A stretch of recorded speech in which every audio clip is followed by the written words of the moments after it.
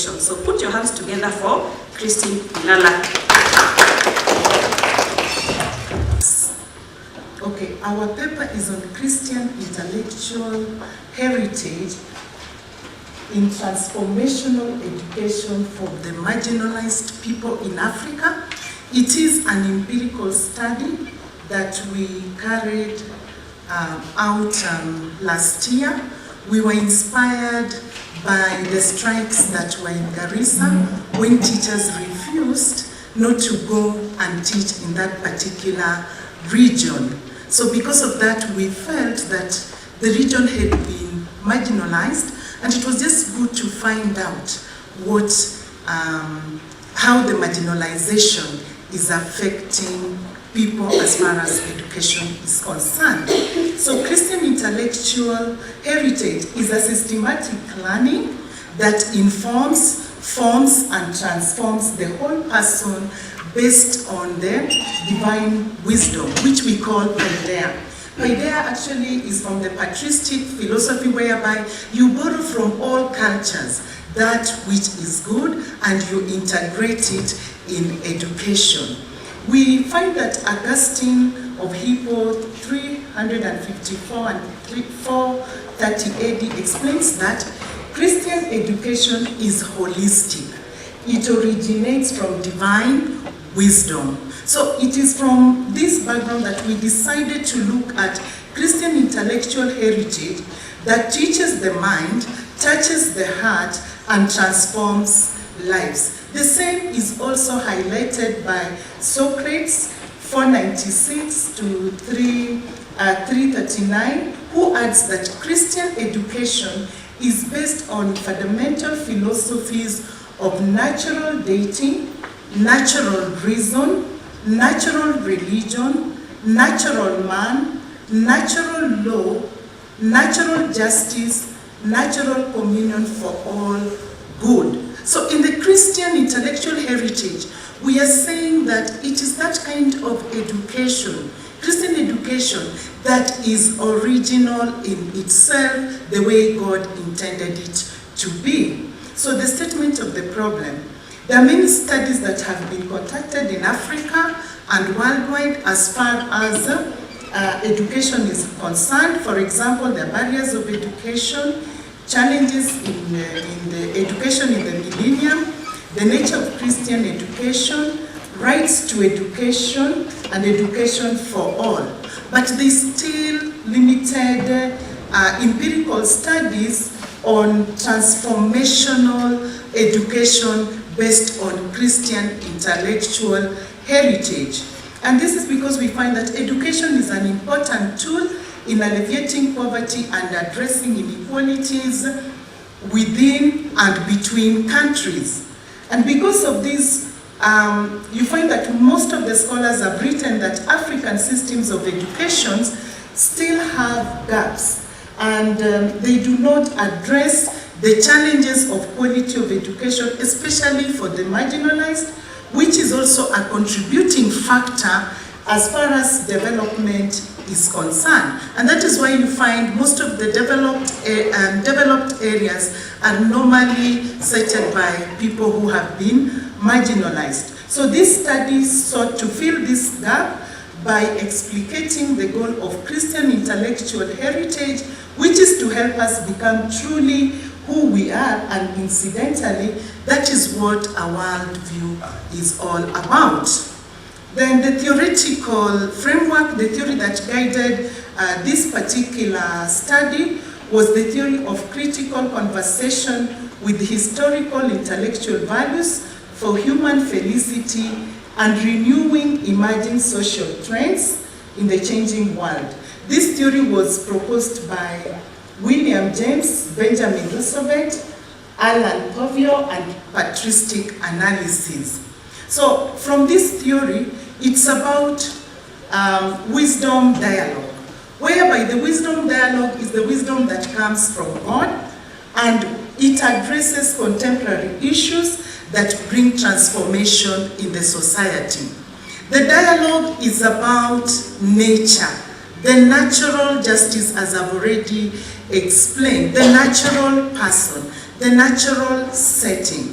And it has 5 I's. It focuses on the integral meaning, integral dissemination, liberation, development, salvation in addressing social challenges in the world. Then the research questions for this study, as we were doing literature review, it was not clear that there was any specific definition of who are the marginalized. So we were also interested to find out from our participants if they could define marginalization, then the causes of marginalization in education, how can schools and universities with Christian intellectual heritage transform the life and education of the marginalized? What are the enabling and disabling factors for Christian intellectual heritage schools and universities in promoting education and lives of the marginalized? And what are the solutions to these disabling factors? Literature has been reviewed in the following areas: definition of marginalization, who are the marginalized, causes of marginalization in education, Christian intellectual heritage for transformative life through Paideia, the role of schools, colleges, and universities with Christian intellectual heritage in transformation of marginalized using Vatican II Declaration.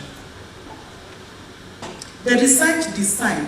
This study was purely a qualitative research design with an instrumental case approach. The study used a social constructivist epistemology, and this was mainly to help the researchers construct the reality of marginalization from the standpoint of the participants as they perceive it. Then the location of the study was Catholic University of Eastern Africa, the Catholic University of Eastern Africa in Nairobi County, Kenya. The target population was the university lecturers who are professors, those with doctorates, PhD students, and master students. And master students, they were specifically those who had studied pastrology. And then the target, the sampling technique was purposive sampling technique with a unique case sampling technique to sample the Catholic University because it's the only university in the Eastern Africa that is offering patristic education. Then snowball sampling was used to sample the professors, the doctorate lecturer holders, lecturers, PhD students who had done patristic education. Maximum variation was also used to ensure divergent participant groups from different countries. The research instrument, we actually used one research instrument, semi-structured interview guide, developed for professors, the doctors, PhD students, and master's students. Data collection was face-to-face interviews, which involved recording and note-taking. Then data analysis was ongoing, and data was analyzed qualitatively.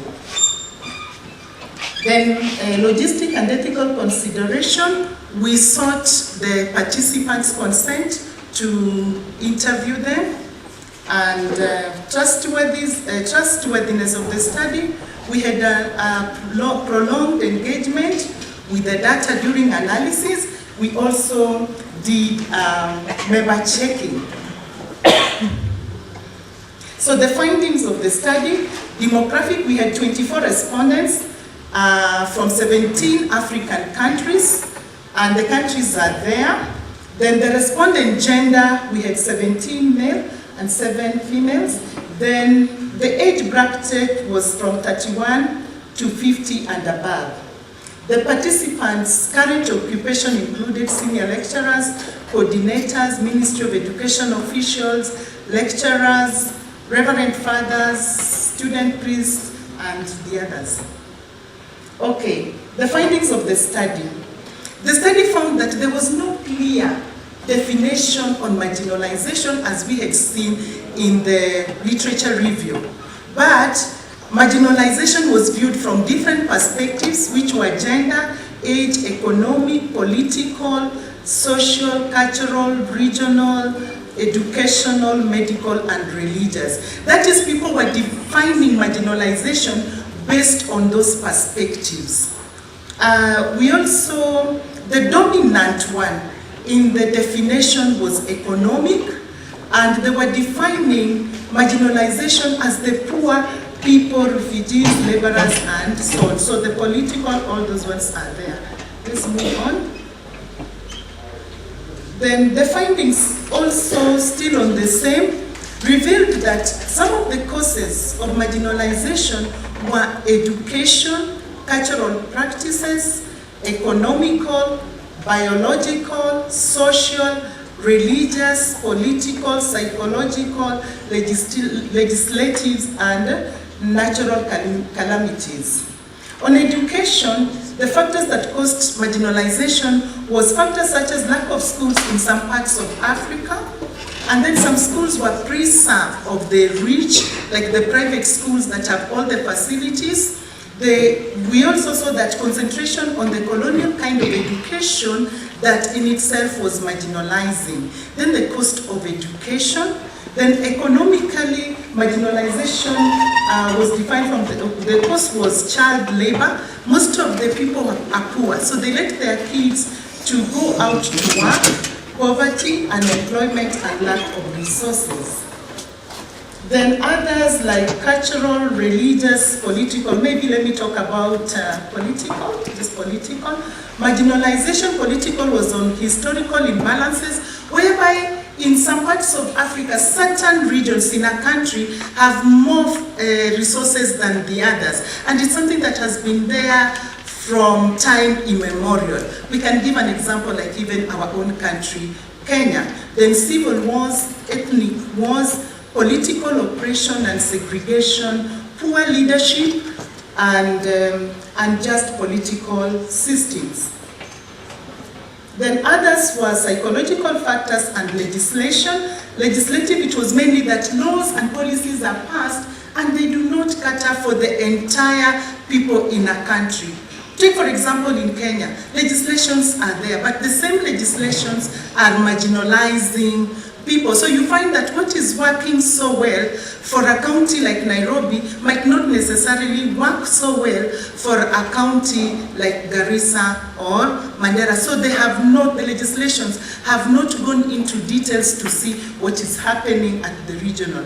So how can the schools and colleges and universities with Christian intellectual heritage transform life and education for the marginalized? It is through provisions, advocacy, evangelization, training, empowerment, Christian values, curriculum adaptation, sponsorship, and collaboration. Then enabling values from Africa which can help marginalized people in educational system are respect, family life, sharing, support, responsibility, hard work, love, unity, and helping the poor. Then the disabling factors, which are the challenges to the barriers in promoting quality education. We saw that system of education in Africa, the system of education itself funds commercialization of education, individualism, lack of strategic plans, and elitism. Then solutions to these disabling factors are provision of funds from the government, the churches, then provision of quality education to all, enacting legislative laws and policies that cater for everyone, innovation, collaboration between the church and the state, and promoting Ubuntu philosophy. And the study concludes that there is no clear definition on marginalization. The causes of marginalizations are there. Then schools and colleges and universities with Christian heritage can provide transformative education, the enabling factors, and then finally, let's go to the final because this one I've just repeated the same. So the study recommends further research to be carried on African traditional education heritage as transformative value for the marginalized in Africa. Thank you.